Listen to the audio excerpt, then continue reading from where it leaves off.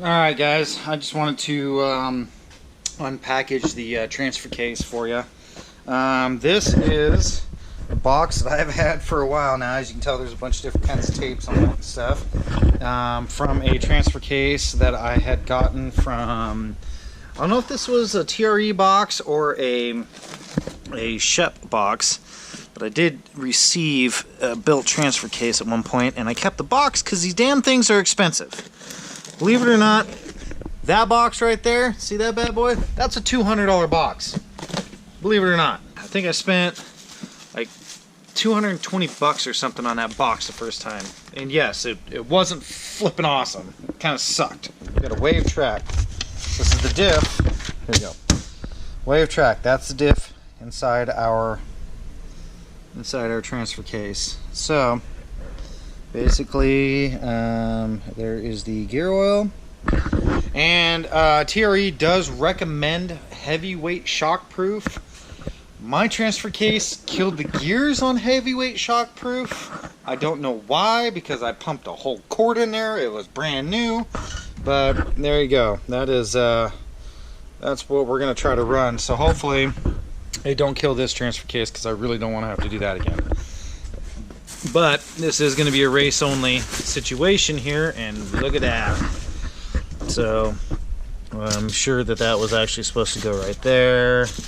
This was supposed to go somewhere, but yep, there she is.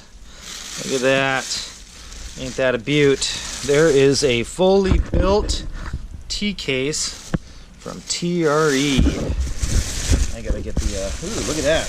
He's got some lube going on in there. Transfer case that we got from TRE, John, badass dude. I'm sure his boy put it together. Aaron, not his actual son, but his, shop guy. Anyway, check this bad boy out. Look at that. Little cooling thing. I'm not sure if it does fucking anything for it, but that's pretty nice. And the upgraded bolts on the side. Wave track inside. Can't really tell in there, but apparently you should be able to tell if there's a wave track or not. It's definitely got a lot of assembly lube on it, because I was pouring out the snout all over the ground. So yeah, this is a nice piece.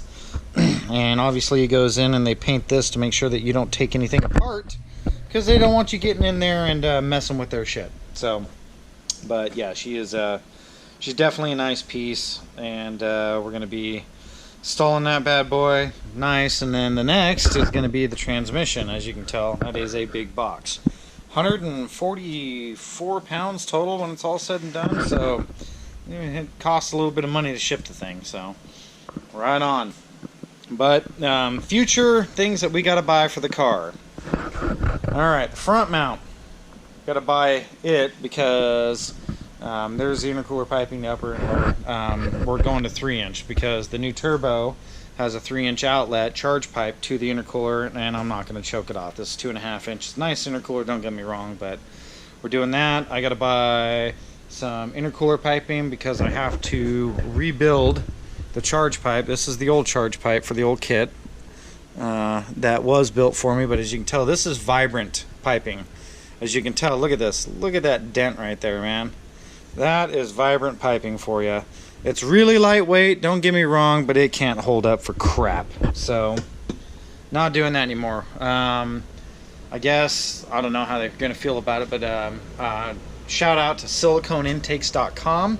They have a lot better piping. As you can tell, it's a little bit thicker, even though it's kind of deceptive because I cut on it, but it's a nice thick pipe. Got a lot more sidewall there, and it doesn't crush like vibrant pipe does. So, I mean, if you really were like ultra fucking savvy, or wanted to go crazy on it, you could do like vibrant pipe, say like you get some pieces from silicone, you do this silicone intakes, but then all this vibrant pipe, so you could have the lightest pipe possible, but make sure it doesn't like crush when you put a T-bolt clamp on it, But this piping right here, I think, is CX Racing. It's fairly thick. This was the pipe that High built for this car, because this was Mark's car, then High's car, and then Mark's car again.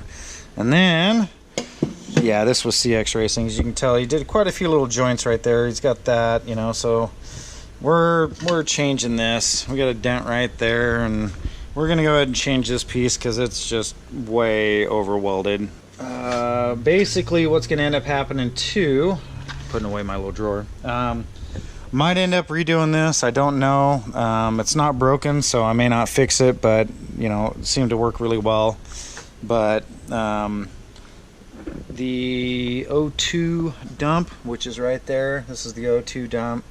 Probably gonna end up changing this, rewiring this, because we're gonna be doing the Dynatech Arc 2 box, which is that bad boy right there. So there you go, the Dynatech Arc 2 box. I'm running it on my Mustang. I'm running it on my Evo. So we're gonna end up replacing the AEM box you see right there. I'm gonna replace that and just go with something a little simpler, because honestly, dude, we don't know what was the problem on this car, but this car had major issues. The ECU would shut off. There's all kinds of crap that was going on, so I get to tackle that. That's not going to be fun.